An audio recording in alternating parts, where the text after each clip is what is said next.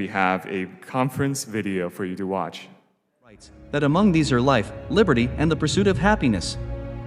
Therefore, being an American is solely based on one's allegiance to this American ideal, rather than based on any heritage such as lineage, race, skin color, ethnicity, religion, country of origin, etc. America has always been a nation of immigrants. Generations of immigrants around the world have come to the new continent searching for better life. Chinese immigrants came to America in the mid-19th century. They searched for a better life and made critical contributions to America's economic foundation and growth in farming, mining, and particularly the Transcontinental Railroad.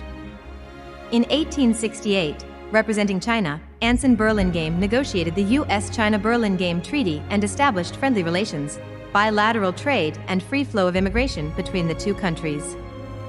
After the Panic of 1873, the growing anti-Chinese sentiment triggered more and more violence and policies targeting Chinese migrants as scapegoats. In 1882, Congress passed the Chinese Exclusion Act.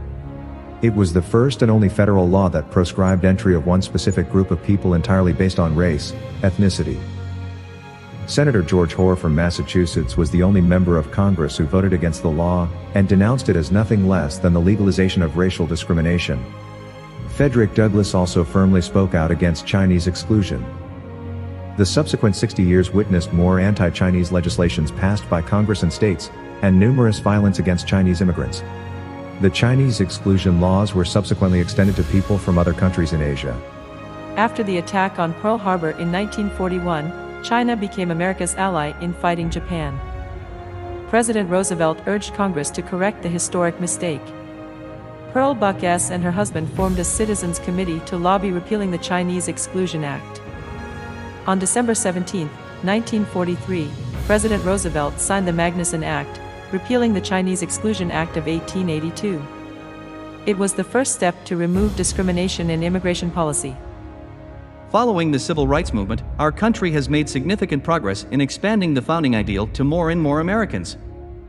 In 1965, President Johnson signed the Immigration and Nationality Act with overwhelming bipartisan support. This landmark immigration reform eliminated race discrimination in immigration. Since then, Chinese and Asian Americans have not only become part of American society, but also made significant contributions to every fabric of American society. Today, we not only pay respect to the previous generations of Chinese Americans who endured and persevered, but also pay heartfelt tribute to those who dedicated their lives to America's founding principle, including President Jefferson, President Lincoln, Anson Burlingame, Senator Hoar, Frederick Douglass, Pearl Buck, President Roosevelt, Rosa Parks, President Johnson, Dr. Martin Luther King Jr., and many others. And today, we reaffirm our allegiance to the American ideal, and our commitment to unite all Americans of all communities to build a more perfect union that guarantees justice and equality for every American.